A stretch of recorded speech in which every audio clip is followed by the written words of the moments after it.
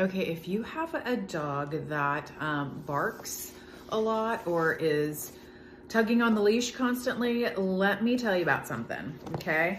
This thing is so cool. Like, I have a dog that's very reactive, and sometimes I have to put a bark collar on her. I don't put it on the shock, I just put it on the sound, and then if she continues to bark, the vibration. And it just disrupts like her thought process. It disrupts what she's doing and it breaks her out of the cycle. I even have to put it on her in our backyard because our fence is shared with our neighbors, and we have some other very reactive dogs on the other side of one of the fences, and so she wears her bark collar regularly. And then it's the same thing when we go for a walk. She's constantly lunging and just going nuts.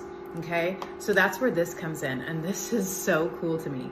This is for coordinating with your shock collar.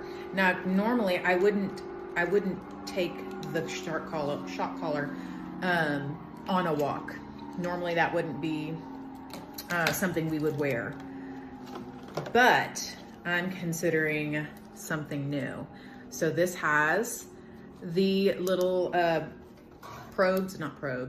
has the little electrodes that you put on the end, and in fact I need to get them. It comes with multiple sizes. Okay, so multiple sizes there. It looks like it also comes with some little rubber tips, and that's probably if you don't want it to shock, you just want the vibration and the sound, you'd put the little rubber tips on, so that way there's no electricity coming through. Okay, and so you connect this to this. So you would hook it on to, let's see, hold on. I'm unboxing this for the first time together, but like the idea of it is so cool to me. Here we go.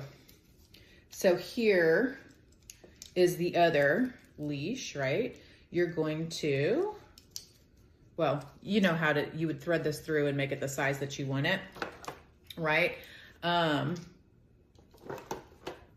just curious as to why this one doesn't have the little loop. I'm gonna have to look at the instructions, but you get the main idea. So then you hook this to the collar, and when they tug, this is a sensor. When they tug, it's going to provide a shock. So that way you can train them to keep them from tugging. And my dog does a lot. So it talks to you there, hello, and you can either do it auto, so like when it pulls, it will do the sound, or you can also do manual. And so that way you are, let's see, interesting. Oh, you probably have to turn this on. Okay, let's see. I don't know if you could hear that. That was the vibration. Okay, so see, you can manually correct them when they pull or bark or something like that, or you can set it to auto. So let's try this. Let's see. That's so cool. Could you hear that? So when I pull it, that's amazing. And that's gonna keep your dog from pulling. And I love that this is just like a big, thick leash, because I have a 110-pound dog. In fact, I normally have her on a harness because I'm always just kind of a little bit worried that the collar, the clasp is gonna break and then she'll be off. But now that I have this to, could you see it over here? Now that I have this to correct her when she starts to pull, I'm not worried about it. Okay, and see, it just did vibration and sound a minute ago, but it looks like if your dog pulls too many times in a short period of time, it's not going to continue shocking and vibrating and stuff over and over again to prevent your dog from getting like really hurt. As you can see, you've got controls that you can make the sound and or the vibration, and or if you use the shock higher or lower. And then this one is the sound, that one's the vibration, that's the shock.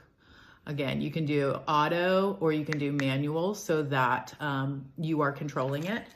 I absolutely love this, and I'm going to be using it on my dog, and I'm going to come back and I'm going to report on it again then.